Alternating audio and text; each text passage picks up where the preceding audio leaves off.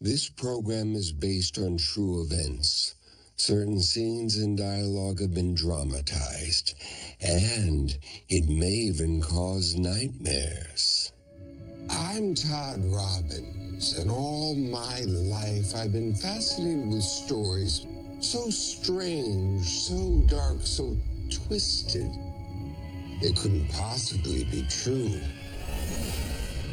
I have 3 of them for you. Do you know what a Ouija board is? A story about making contact with the dead and getting a very unexpected answer. Here at John Hadland, we put a worker's safety at the top of the list. A place where employees are being worked to death. Something's going on in this place. Cheers. Cheers. And when a toast to someone's health can take a deadly turn. Oh my God. I think he's dead. But rest assured, the stories you're about to see actually happened. And make it look like an accident. I guess they're nightmares that have already come true.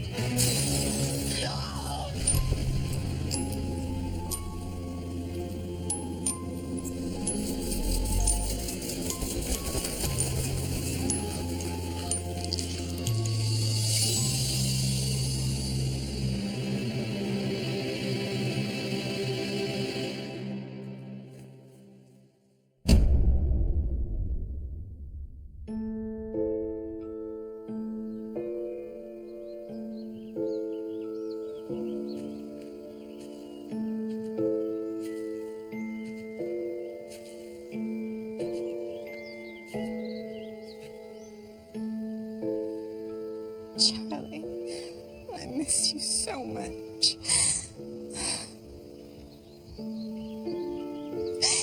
The house was so quiet without you.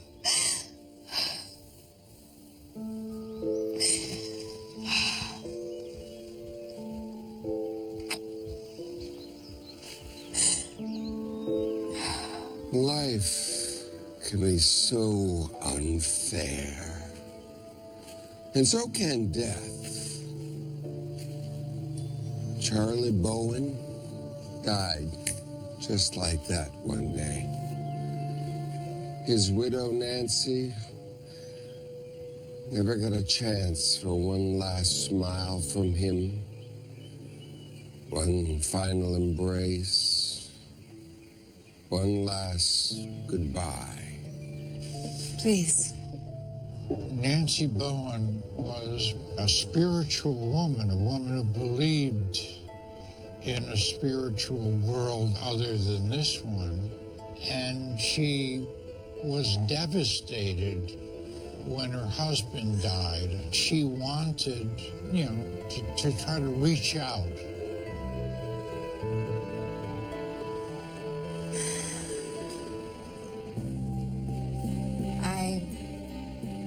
I want to know if he's at peace. When the traditional prayer she was raised with fell short, Pitch 3 cards for me. Nancy tries the next level. A medium who claims to be able to contact the dead, hoping for a sign from Charlie.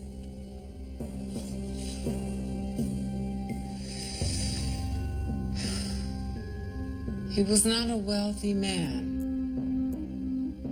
but he was happy with what he had.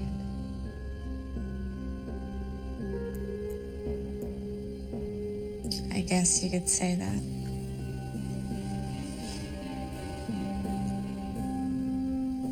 Yes, I can see that he is at peace. This fortune teller is just saying to Nancy what she wants to hear, but it's not what she wants to hear. Nancy wants to make direct contact with Charlie, and she should be careful with what she wishes for she might just get it. No matter what I try, there's no way to contact.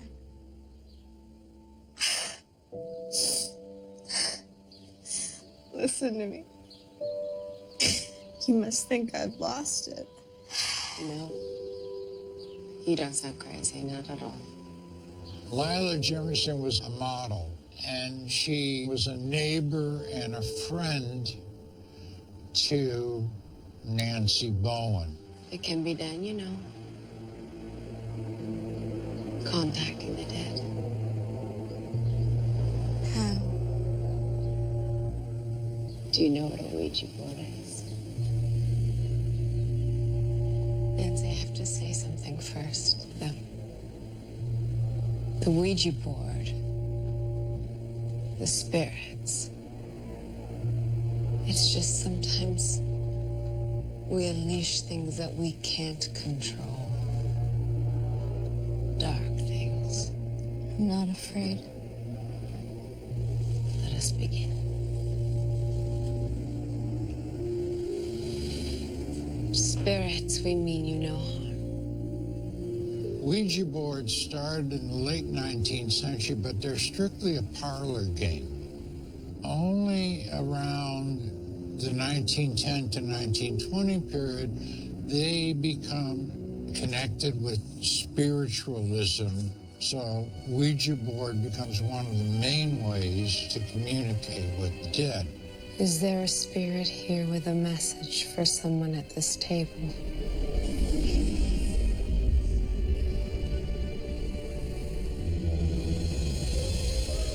Yes.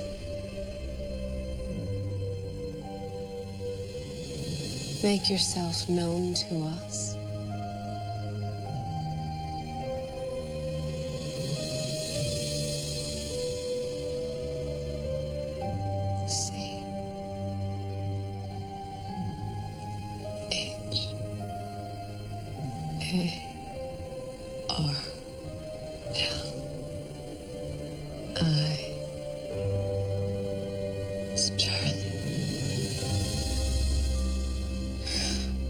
Charlie, is it you?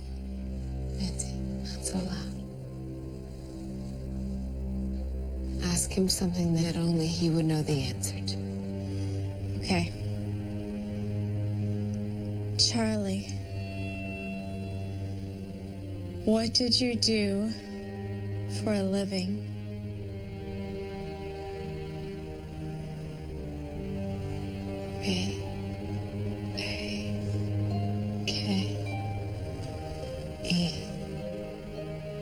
Baker. Oh my God. It's him. With each correct answer, Nancy was more convinced that finally the Ouija board had helped her cross over into the spirit world, allowing her to contact her dear departed Charlie.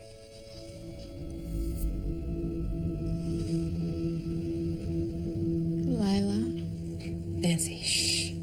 But then, something really strange happened. H-E-K-I-L-L-L.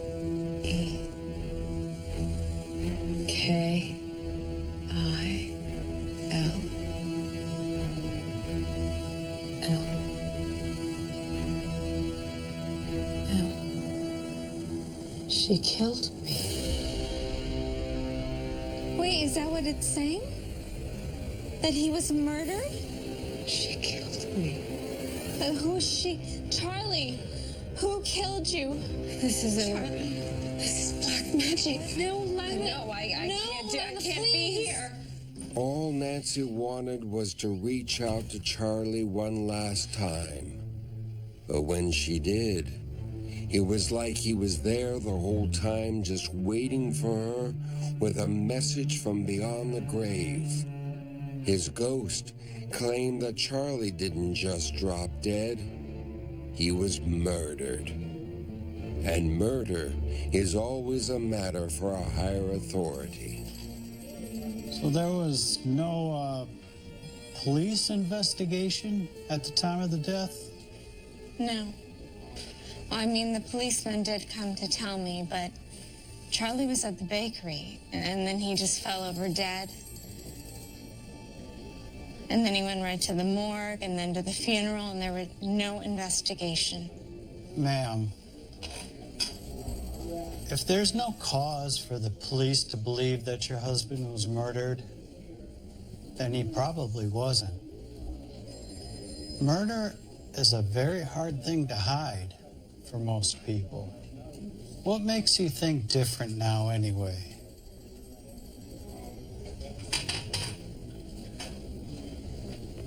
I thank you for your time. Nancy felt foolish telling the police why she believed her husband was murdered.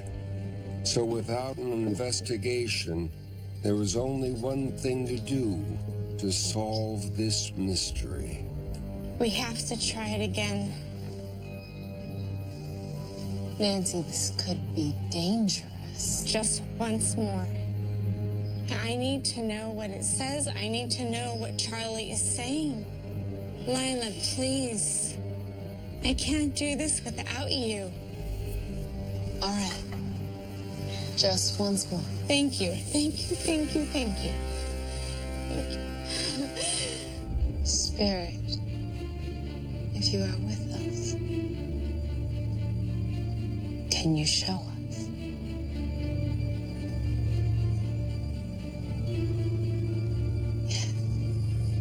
So far, so good. Spirit, are you Charlie?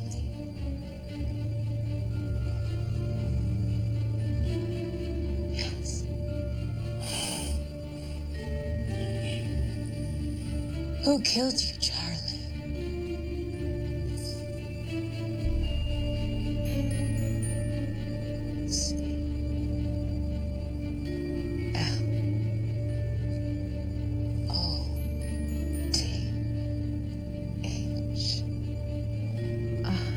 Slowly, letter by letter, the name was revealed. Clotilde. It's an unusual name, but not unheard of. I know a woman named Clotilde.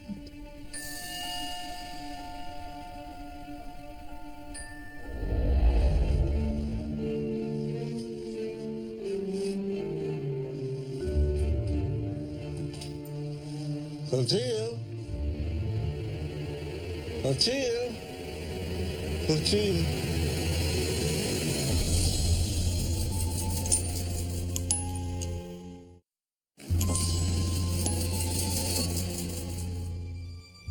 Are you Charlie? Newly widowed Nancy Bowen reached out to her friend Lila to make contact with her late husband, Charlie. Who killed you, Charlie?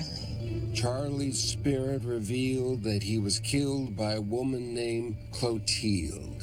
Clotilde. Clotilde? Clotilde? Honey, honey, honey. Oh, no. And now Clotilde is dead. She lets him in. He jumps her. Maybe with a hammer, by the look of her wounds. Husband is Henri Merchant. He's the one that found her. He's an artist. Henri and Clotilde Marchand were French artists. He was primarily a sculptor, and ambitious man wanted to succeed Rodin. Mr. Merchant, I know this is a difficult time, but we need to ask you a few questions. Can you tell us where you were earlier this afternoon? I was at my studio painting. Do you have any witnesses that would attest to that? Yes. I was with one of my models. You got her name and address? Yes.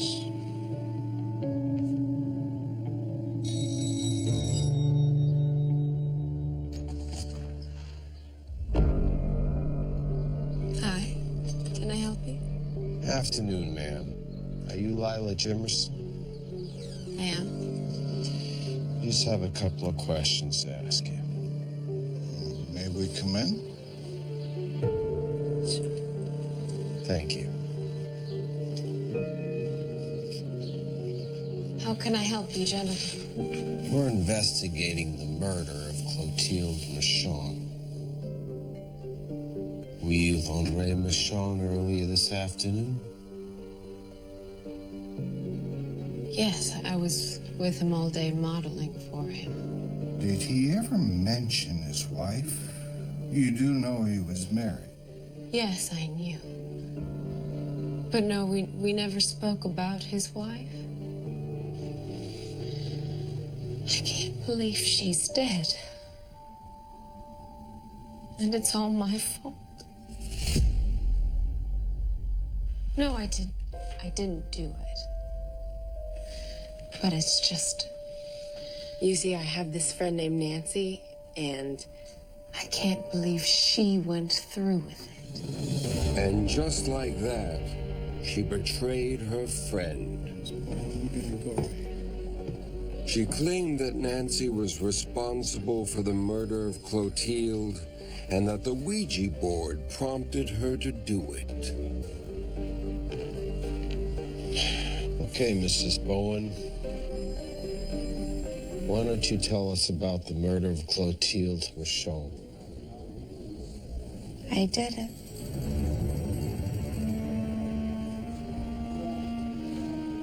I killed Clotilde. Mrs. Bowen, why? Because of something a Ouija board said? Yes. The Ouija board. Charlie told us that Clotilde killed him. She took him from me. And I had to do something. Mrs. Bowen, we checked. Charlie wasn't murdered. He had a stroke. Yeah, well. That's not what Charlie says.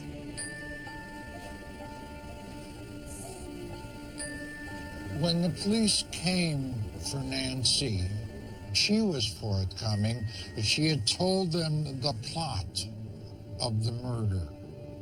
How she had been told by the Ouija board that this woman had killed her husband. Thus, she had taken her revenge. Henri?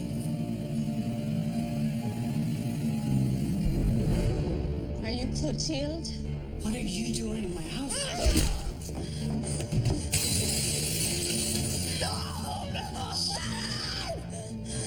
I am Nancy, Charlie's wife. You know Charlie, the guy you killed?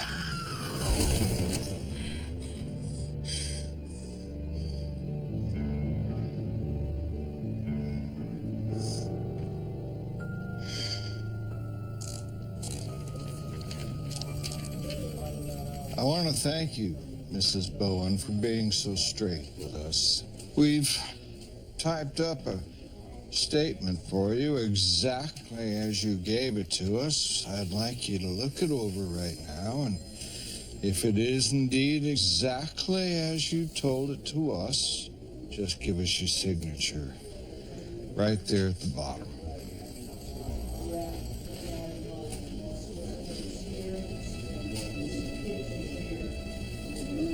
I'm sorry, Detective. I can't do that.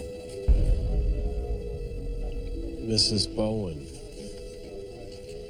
you just admitted to murder. It's all right there, just the way you said it. I know. And I would read it and sign it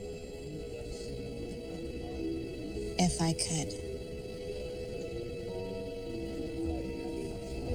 But I can't read. Now that the detectives didn't see coming. Nancy Bowen had never learned to read or write. It raised one interesting question. If you can't read, how'd you know what the Ouija board said? I didn't. Lila did, and she told me what it was saying.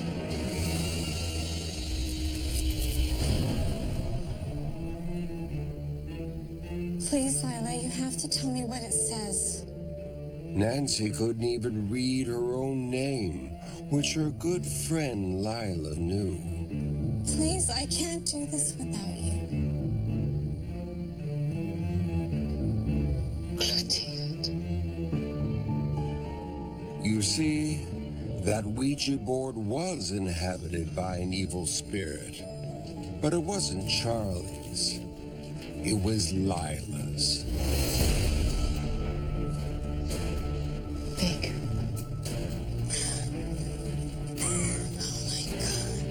Lila knew enough about Charlie to bluff her way through some easy establishing questions.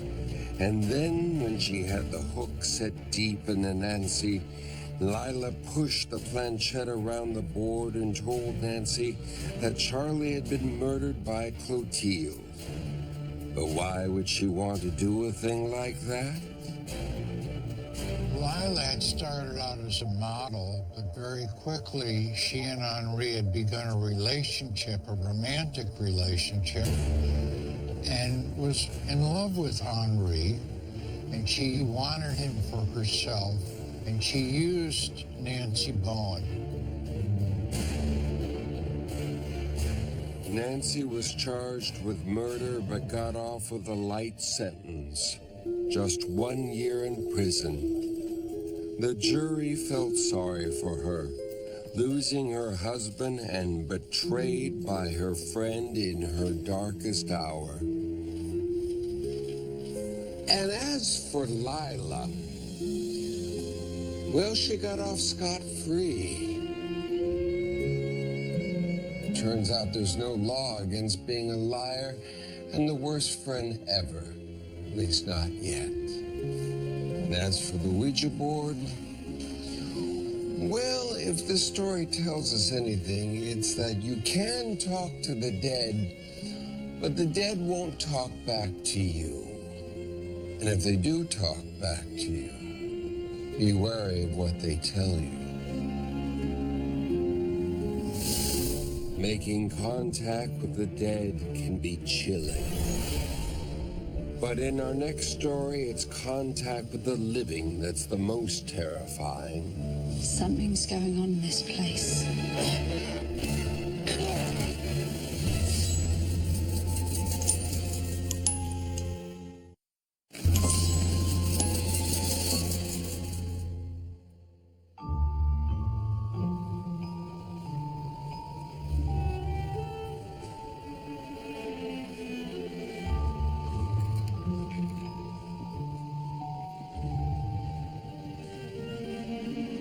This job is killing me. You've all said it, or at least thought it, at the end of a hard day. I know I have. For the workers here, that was more than just grumblings and dissatisfaction. So you see, around here, dying was becoming as common as coffee breaks and pink slips. Welcome to the day shift at the John Hadlin Laboratory, where they make lenses of all shapes and sizes. The lab is full of 9-to-5ers, hard-working blue-collar types like Fred, 32-year company veteran. Diana, who hasn't taken a sick day since she started 4 years ago. Graham, an eye for detail, everything in its place. Diana, Graham. And then there's Bob Eagle, company man and career middle manager. Dave. Bob made sure the line operated with maximum efficiency. Just check the calibration, Fred. Everything's great. All right. John Hadlin Laboratory was a major company in the town of Bovington, England. And most employees there spent their entire careers there. It was a very good place to work. Business was good. The lenses that they made were in high demand, and the employees worked very hard to keep up with that demand. Oh, about ready to keel over. Yeah. Do you want to go for a pint later? Yeah, sure. I'll see you down there. Sorry, I can't. I've got to stay late and finish the safety protocol report for the union rep. Maybe another time, though, yeah? Fred? No, I'm going home and getting into bed. You still got the flu, Fred? Oh, my kids finally shook it. Took them best part of 2 weeks, mind. You take care. Recently, the ranks at the factory were a bit thin. A nasty fluid spread through town, and it seems to have hit the workers here especially hard.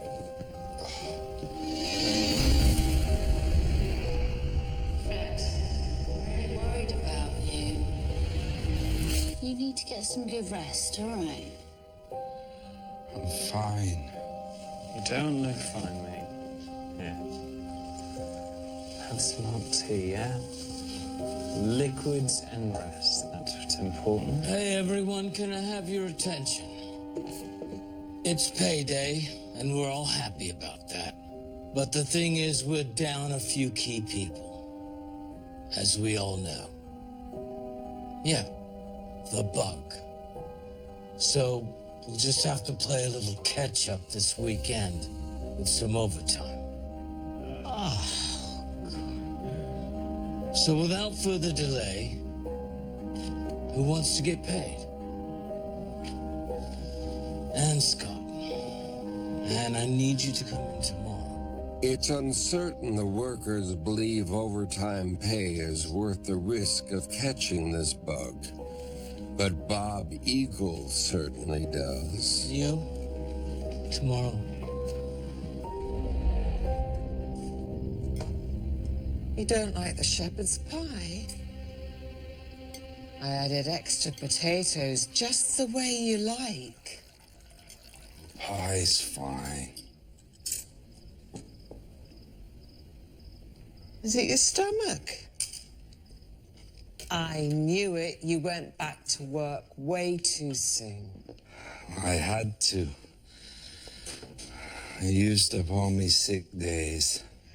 You get in bed, I mean it. Okay. But get me up at 5. We have mandatory overtime. And have the early shift. Fine. 5 a.m. Now you go and get in bed. The Bovington bug was nasty and stubborn. Workers like Fred Biggs would get hit with it, they'd call in sick, get better, return to work, only to become sick all over again.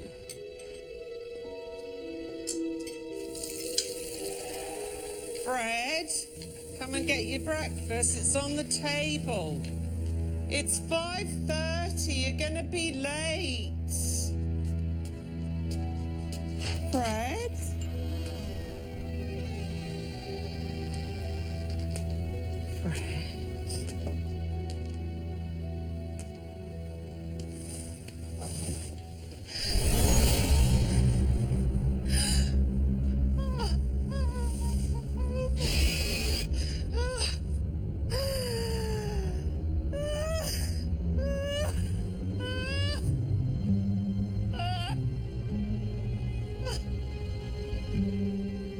Poor Fred Biggs. It seems the Bovington bug has gotten the best of him. News of Fred's death spread rapidly through the factory.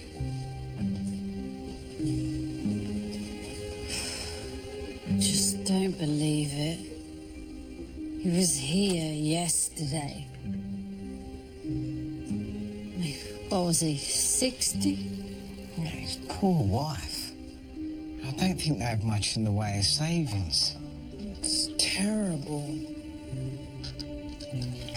Fred was a nice chap. Company's already sent a nice arrangement to his wife. Because after all, we're a family here, don't you think? And that's why now more than ever we have to pull together.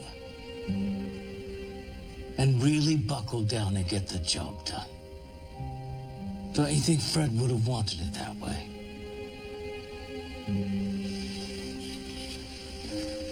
See you back on the floor.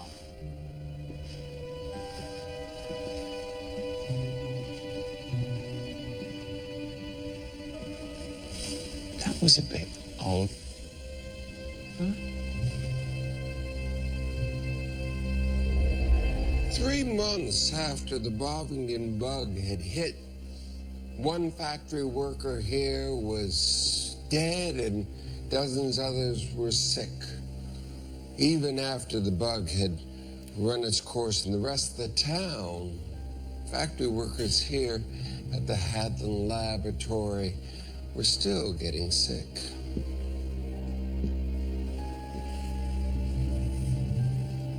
Look at this. Half the line is down. I know, it's a nasty bug. Graham, you know what goes on around here. It's not the bug, is it? You know how I feel about it. Lacked safety protocols, but management's heard enough of it from me. I have to choose my battles now. I've been thinking about that. Look at all the chemicals we're using. We're grinding them right into the lenses all day long. Who knows what kind of toxic dust we're breathing in? Now look, kids. We run tests all the time, as you know. Our safety protocols comply with or exceed all national standards. Understood? That's the last word on the subject.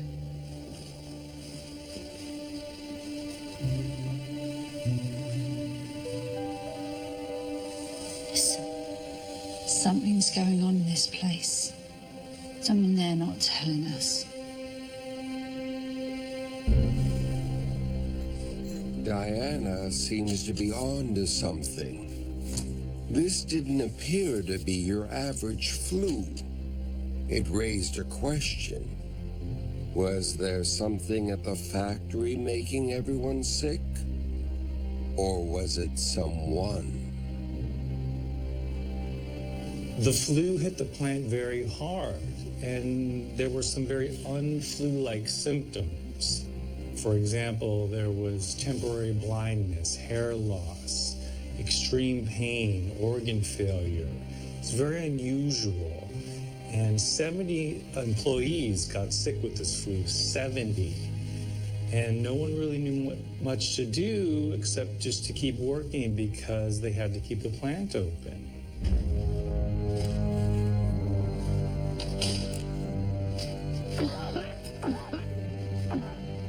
Those that were well enough to come in worked hard, but whoever said hard work never killed anyone had never been to this place.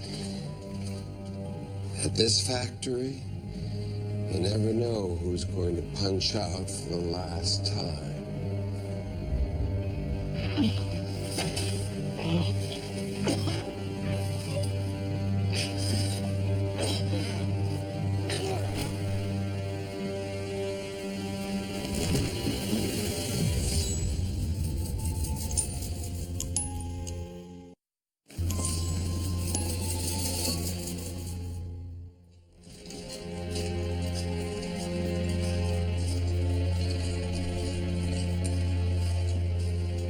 A strange illness has sickened dozens of workers at the John Hadlin laboratory. At first, everyone thought it was just bad flu. But then people started dropping dead. People like plant foreman Bob Eagle. Bob Eagle. Bob died from this? Something's going on around here. If Bob can get hit with this thing, no one's safe. It was clear by then that what Bob was experiencing was definitely not the flu. His symptoms seemed to involve the nervous system. He had numbness that spread over his entire body until eventually he was paralyzed.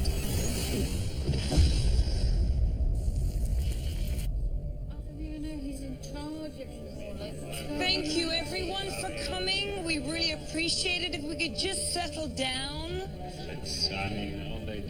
After the sudden death of Bob, the workers had it.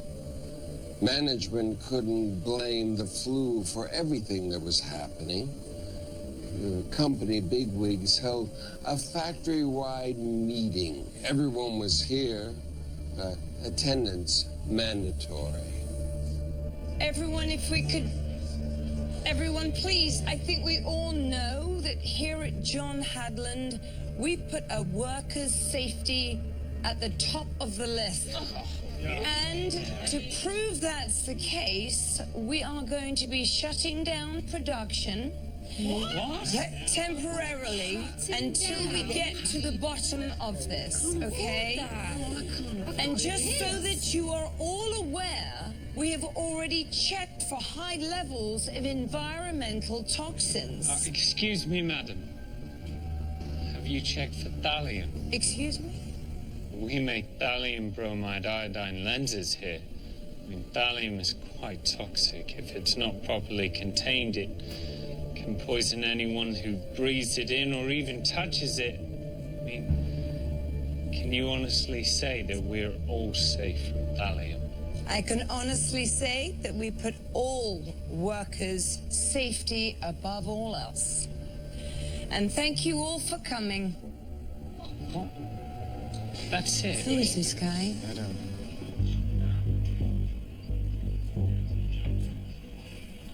Graham. Thallium. Is it poisonous? Do they know? Yes, it's poisonous. Yes, they have to know. Just be careful, all right? You don't want to get yourself sacked. Or worse, don't go too far. The preliminary symptoms of thallium poisoning can often be misconstrued as the flu.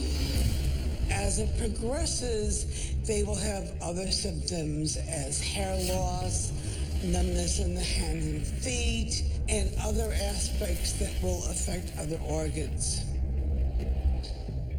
Thallium poisoning. Now that's something that the management hadn't thought of. So, in order to not incite panic, they calmly closed the factory down, sent all the workers home, and then brought in a hazmat team to check over the place, every square inch of it.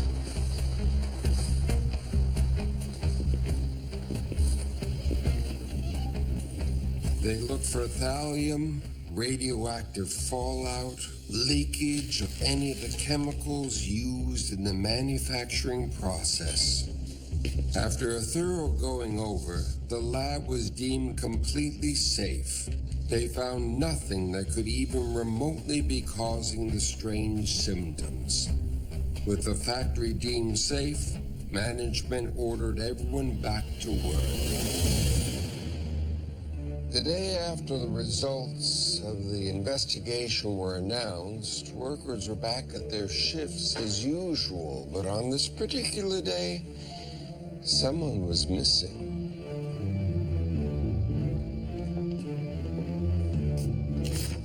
Anyone seen Graham today? He's usually in by now. I haven't seen him. Strange. Maybe he's sick.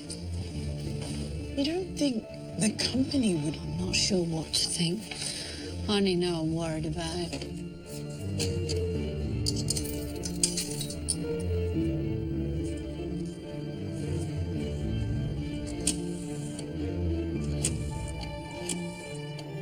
With rumors of a company cover-up and workers dropping like flies, Diana can only assume the worst for her friend Graham. Graham, you in there? It's Diana. You all right?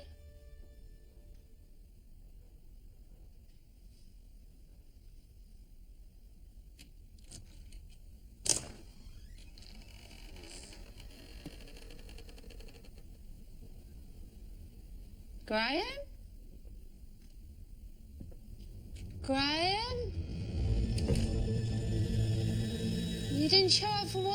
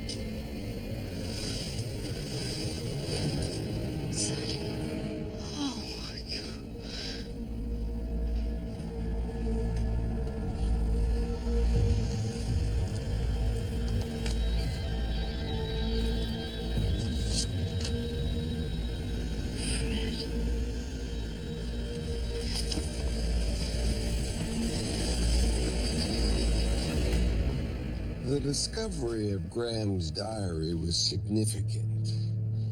It was filled with names, dates, and what is most interesting, precise doses of thallium. With sinister precision, Graham Young was working his way through the company directory, poisoning his co-workers, one by one.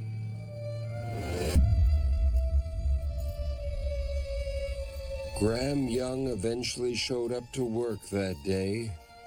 He was arrested on the factory floor with a container of thallium in his pocket. So investigators eventually found that Graham Young had thallium back at his apartment, along with a whole host of other poisonous chemicals. Now, this alone wouldn't have necessarily been illegal. However, what they eventually found gave them the entire case. What investigators found in Graham Young's apartment was startling. His writings indicated he had been poisoning his coworkers for months. Now, Graham had these obsessions with Hitler, with poisoning, with murder that he had had since he was a young man. And in his notes, he had detailed how he had been poisoning his coworkers. He detailed the doses he gave them, the effects of these poisons, and if he had decided whether or not they would live or die. Graham delivered poison via the tea he prepared for his co-workers on their breaks. He would then watch as the deadly chemicals took their effect and logged the results in his diary.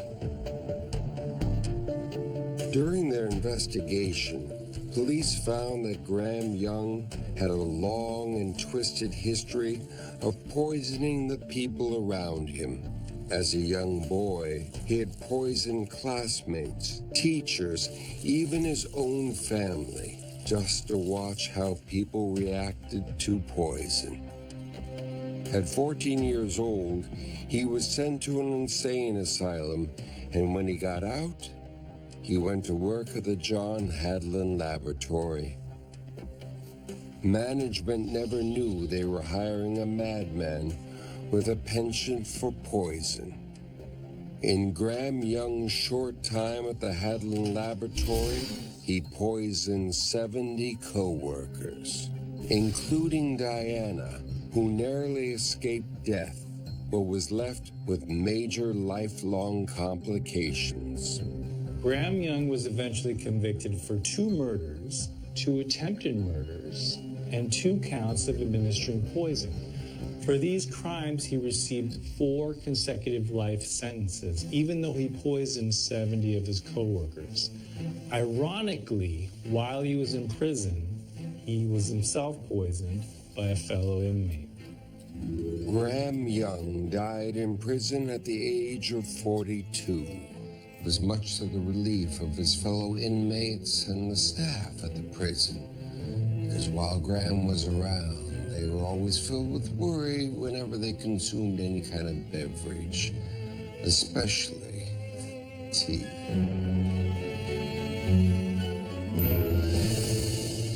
The next story is about drinks of a different kind. Cheers. That bring a dark meaning to the phrase, last call. Is he dead?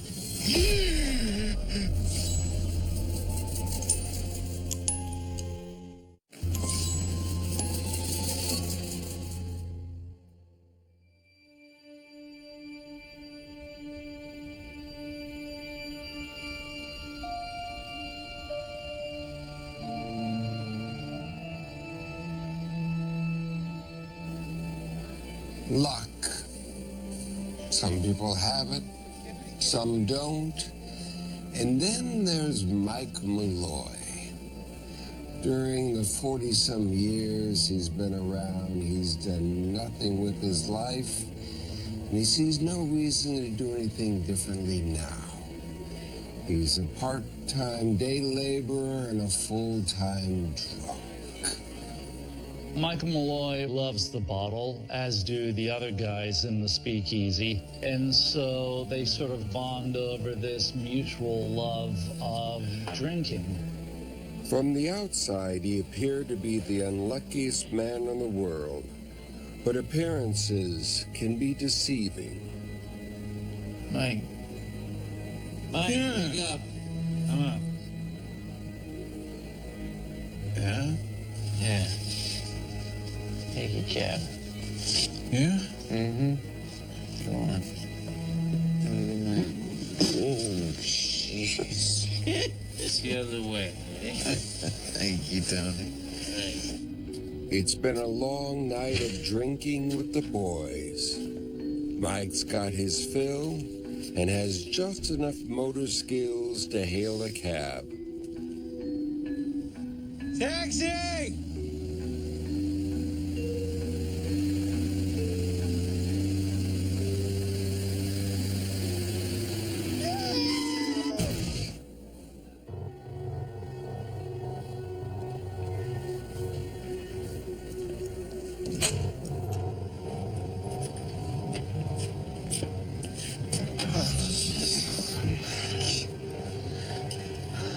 Just came out of nowhere. Oh my God. Is he dead? Jeez, Johnny, I think he's dead. He walked right in front of me. He ain't breathing. You back, please. Hey, give us some room.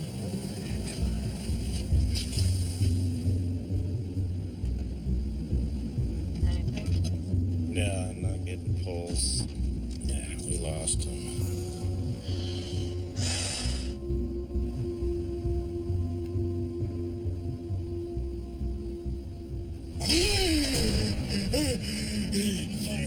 Hang on. Yeah, I got him. Don't move. I get the gurney.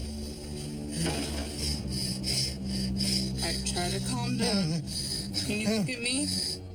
After Michael Malloy was hit by the cab, he's mangled pretty badly. He suffers a terrible injury to his leg. He suffers several broken bones. He's taken to the hospital where he stays for quite a while, convalescing from his injuries. Taxi! You hail a cab and it runs you over? If that's not bad luck, I don't know what is.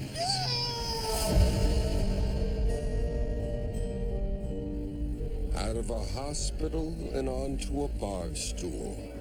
As soon as he could walk, Mike was back with his only friends, drink in hand. Cheers. Cheers. Cheers. And the next one's on me. And the one after that. That's what I like to hear. That's my guy. I got you.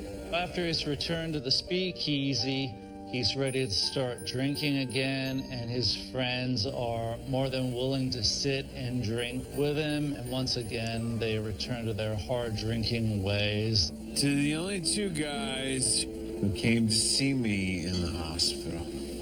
That's right. You got it, Mikey. To call Mikey unlucky is not really true. He was lucky enough to have friends that saw him through thick and thin. And with friends like these, why quit drinking? Easy. I'm good, buddy. I'm good. Good? All right, it's good. Hey. See you tomorrow, Mike. Have a good night, Mike.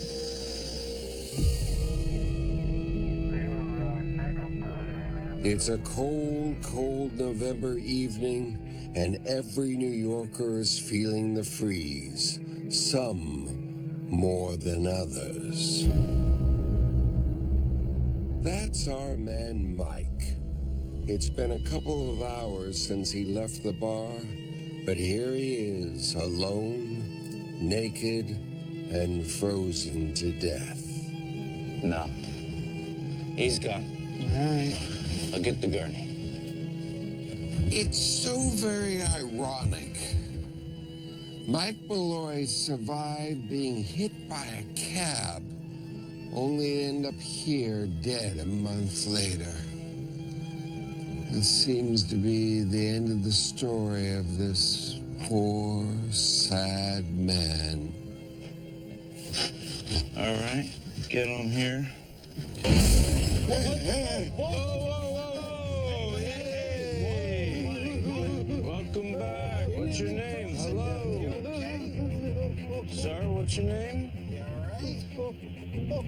Another bit of bad luck, another brush with death. Mike Malloy's long losing streak just went on and on. Take it easy. After nearly freezing to death, Malloy made his way to a homeless shelter where he picked up a fresh suit of clothes. After that, he returns to the speakeasy with a bad case of influenza and ready to once again hit the bottle.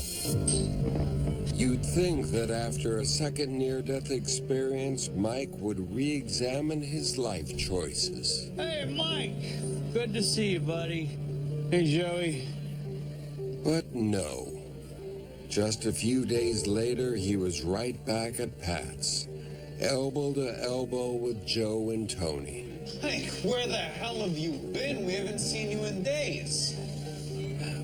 Pour me a shot and keep him coming. It's a long story. There you go, buddy. Thanks.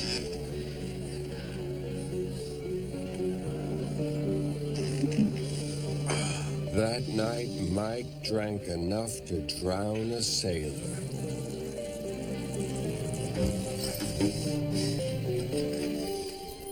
At the end of the night, Mike stumbles his way home. Not much of a home, but when all you need is a place to collapse between last call and opening, it works just fine for Mike Malloy.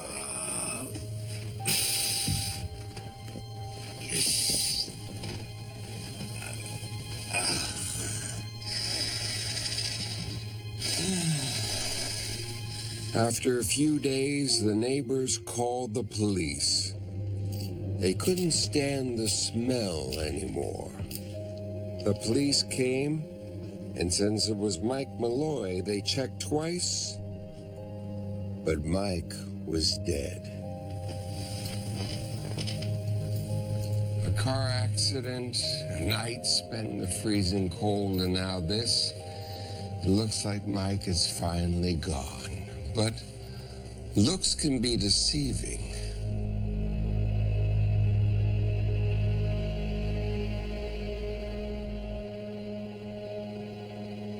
But not this time. Mike Malloy is really dead. That would have been the end of the short and sad story of Mike Malloy, but it seems someone had taken out an insurance policy on this penniless, unmarried man with no kids. Now, why would someone go and do a thing like that?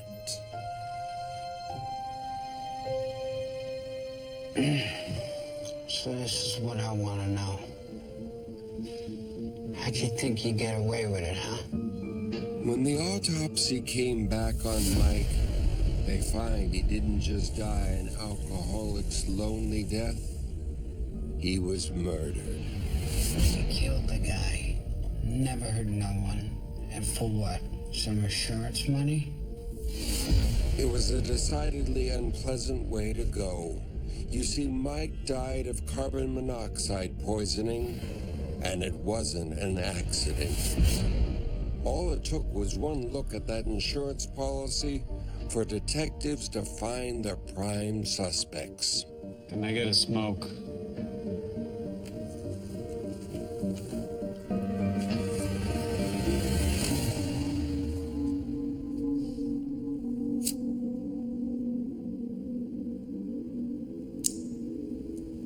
Start talking. All right, look. It was all Tony's idea.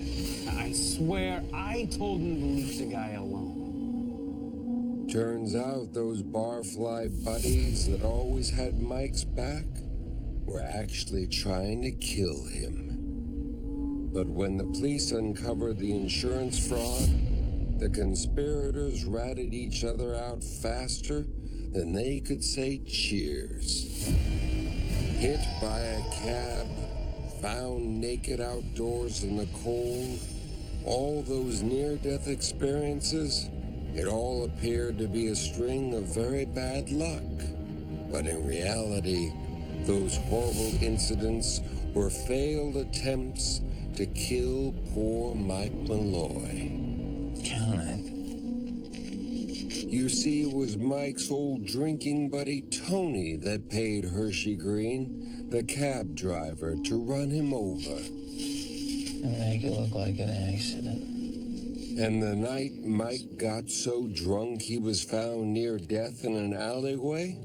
There you go, Mikey. That's the guy. Mike we know. Well, the would-be killers had a hand in that, too.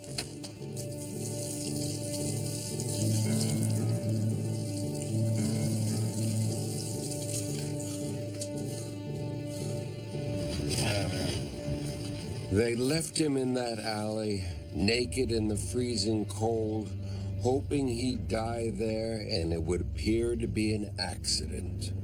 But Mike survived it all, and after their attempts to make his death look like an accident failed, the killers got desperate.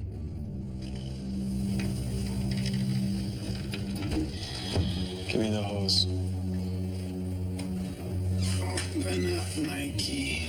They broke into his room, hooked up a rubber hose to the gas line, and filled his lungs with carbon monoxide, leaving nothing to chance. Tony! Easy. Easy, Mike. Come on, Mikey. There you go.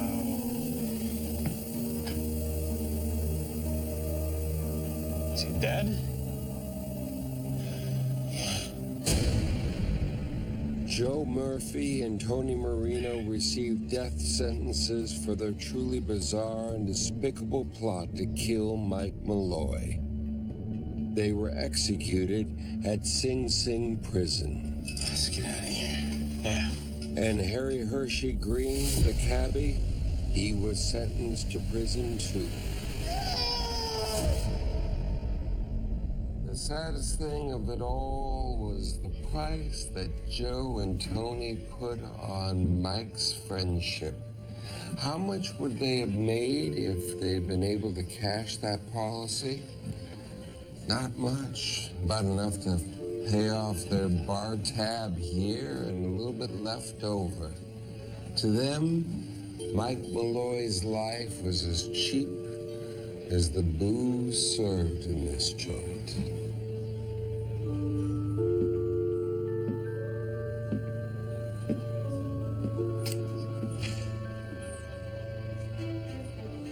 I told you all these stories were strange. And don't worry, I've plenty more. Until then, may all your nightmares come true.